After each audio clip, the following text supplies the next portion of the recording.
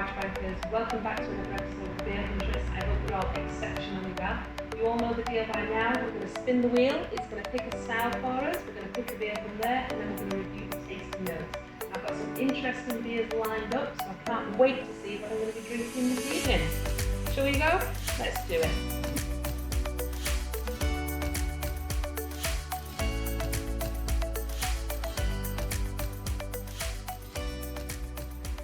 Quarter stout.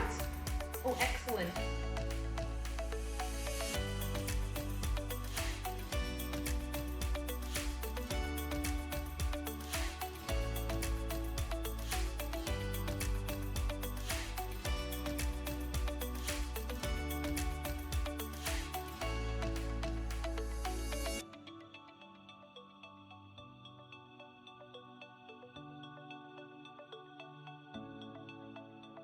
So we landed on porter and stout, so I get to go back to the dark side, which, as you all know, makes me very happy.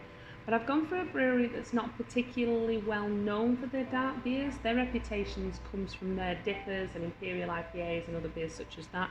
But I thought that I'd try this one out, mainly because it's a little bit close to my heart as well. This is Cloudwater, and this is their A Single Act of Kindness Sends Out Roots in All Directions. It's a 7% export strength stout that's been brewed with cacao nibs and vanilla. It's been brewed in collaboration with Crafty Beer Girls, that is an online community non-profit organisation for beer-loving women. The group was founded in London in early 2019 by Alex Hill and Natasha Wolf. And along with being a community for women, it's also fully inclusive of all non-binary and transgender folk too.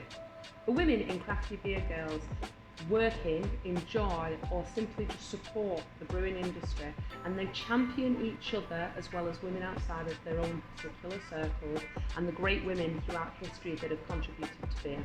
For any women out there, if you want to get involved with this community, then check them out on their Twitter at Crafty Beer Girls, and they're also on Facebook too. So before we explore the Cloudwater brewery, let's crack this bad boy open and check it out. So we can see it's a very bright and vibrant can, lots of nice colours, the image of paint strokes in the kind of oil paints, and it's been brewed for International Women's Day 2021, which was on the 8th of March, and then it tells you a little bit about Crafty Beer Girls on the back. Not very much about beer specifically. This is 7% on the end of it, but yeah.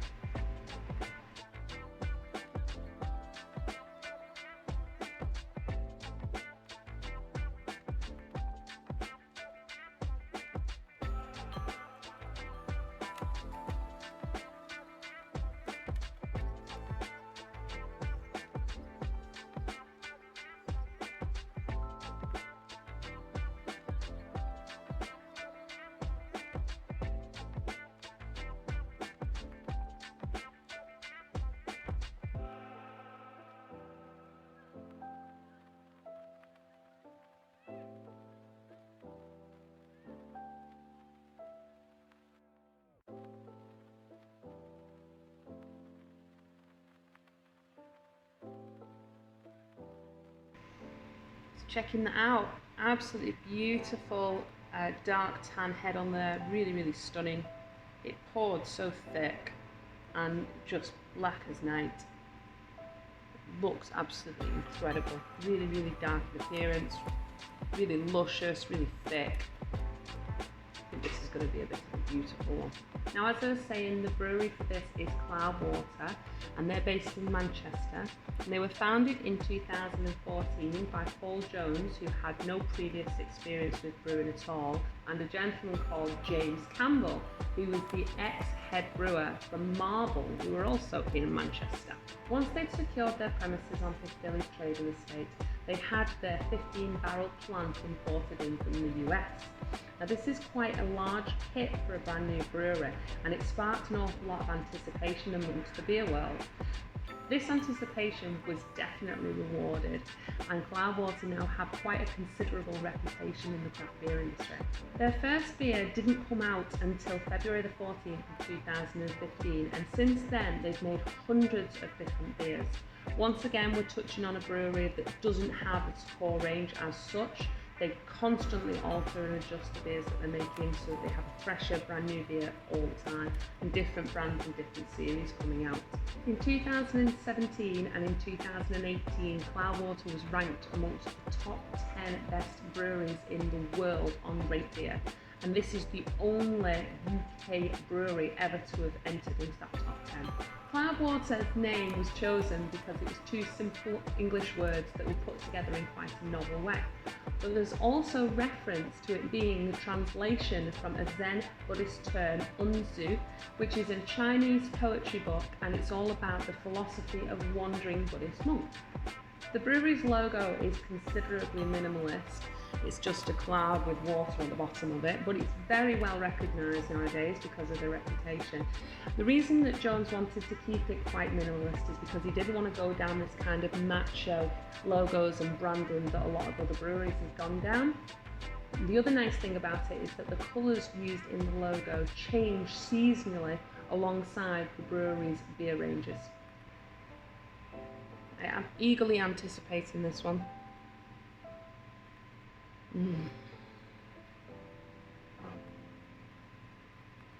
Wow, it smells amazing. You can smell that cacao nibs kind of thing coming through those cacao beans. I'm just getting a hint of that vanilla, not an awful lot of it. There is some of it there. Yeah, very dark chocolates going on, very kind of strong coffee notes too. It smells good.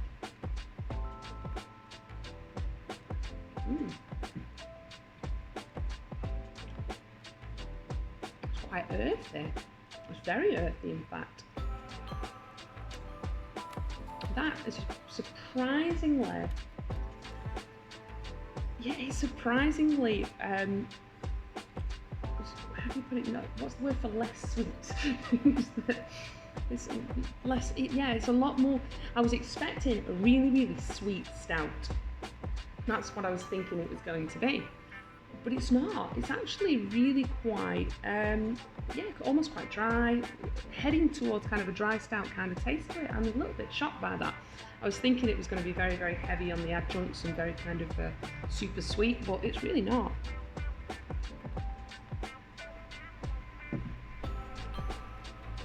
Cacao in it is giving a really dark chocolate kind of flavour, like really raw, rough, dark chocolate, completely unsweetened.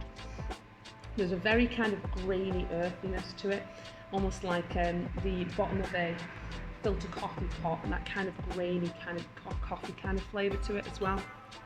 I'm really quite surprised at the savouriness of it, how it's it's definitely not what I was expecting. Which isn't a bad thing, it's just I was expecting it to be really, really sweet, so I'm actually pleasantly surprised that it's not.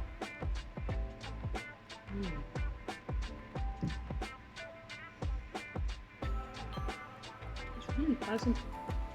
Really pleasant. Very drying, right across the front. Loads and loads of that coffee kind of flavour to it, that bitterness, that bitter chocolate, that unsweetened kind of chocolate flavour to it. The vanilla, I'm just not getting. Not just yet, might take me a little while. Perhaps it's just smoothing the whole thing off and just rounding it off, but just at the minute, I'm not getting the vanilla in that. In order to be able to discuss the history of stouts, you have to start with porters. Now, porters originated in London in the 1720s and were immensely popular with the local porter workmen, hence where the name comes from. They were so popular because they were considerably cheaper than the other beers that were available at the time, a lot stronger in flavour, they took a lot longer to spoil than other beers did, and they weren't as easily affected by the heat. The name porter was first used in 1721, and it was a dark brown beer that was being described. This beer was being made with roasted barley, and because of the beer's popularity, it was being made in a variety of different strengths. Now the stronger the beer, typically about 7 to 8%, give or take, would be called a stouter porter.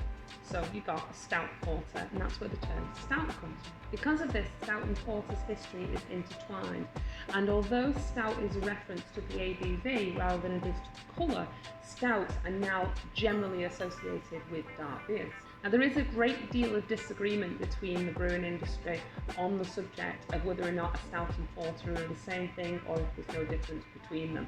Now historically there is no difference between them because the stout term was just in reference to the ABV. So you couldn't really class something as a stout, it was just a stronger ABV porter. What the brewers were doing was that they would brew two different porters, one of one ABV and one of a higher ABV, and they'd just call the higher ABV their stout.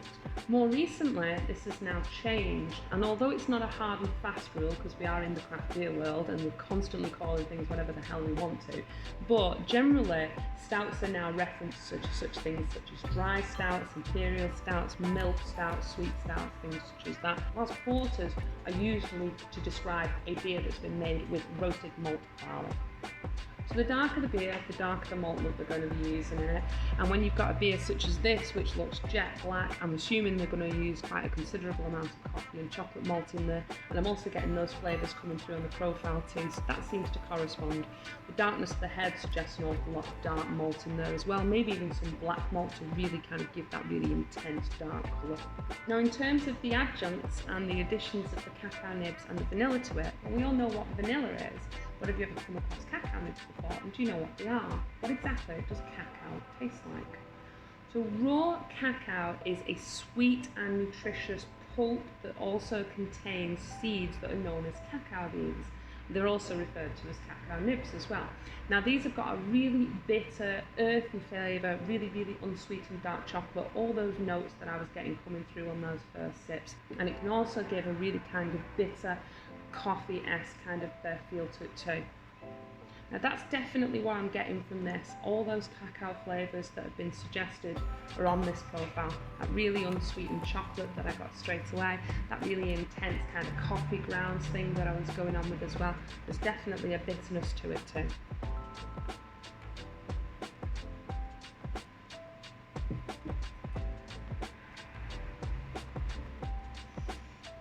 Now it's warming up a little bit.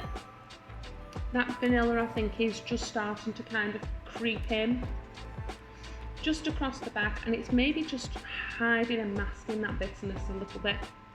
I wouldn't say that it's massively sweet, that vanilla, which again, like I said before, I was expecting it to be quite sweet. I was expecting more of a sweet stout than I've actually got. I'm quite pleased that it's not come out too sweet, too syrupy, too viscous or anything like that. It's that vanilla is just going to be adding a little bit more depth to it, a little bit of extra smoothness, flavourings and that kind of thing.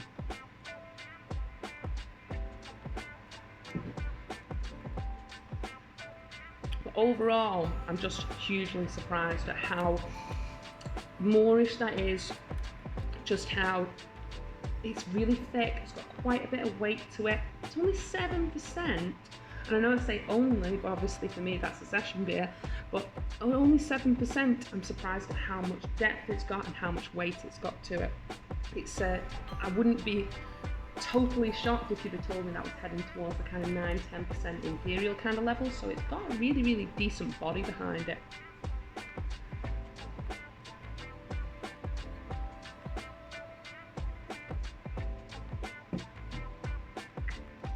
And I'm just loving that really beautiful intensity from the cacao. Really kind of bitter, earthy, you know, really full, almost savoury kind of quality to it. You know, it's like, I'm trying to think of a perfect way, it's like dry rusks or something like that. You know, it's really quite an awful lot going on there. And it's just left this really, really pleasant, savoury flavour on my palate.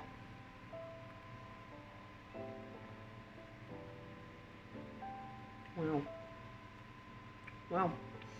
I know they're very good at the pales. I've not had many of the darks, but I'm glad I got hold of this one. Being a crafty beer girl myself, I just want to say, hey there sisters, to you all out there, get involved, check them out on Twitter. If you've had this, guys, then please let me know in the comments what you thought of it. As always, I hope you've enjoyed watching this video as much as I've enjoyed drinking this beer. Keep wajbanking, and I shall see you next time for another episode of Beer Huntress.